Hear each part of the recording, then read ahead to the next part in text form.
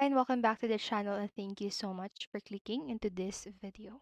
So in this video, I'm going to teach you how to fix Helldivers 2 failed to connect to server error.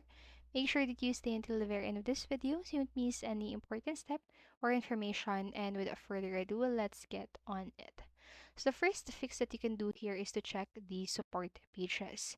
So before blaming your internet connection or the universe, you need to check first the Arrowhead support pages. So see if the problem is on your end or if the game's server are down. So Arrowhead is pretty active on social media and they regularly update their Twitter or Discord pages in case of an issue.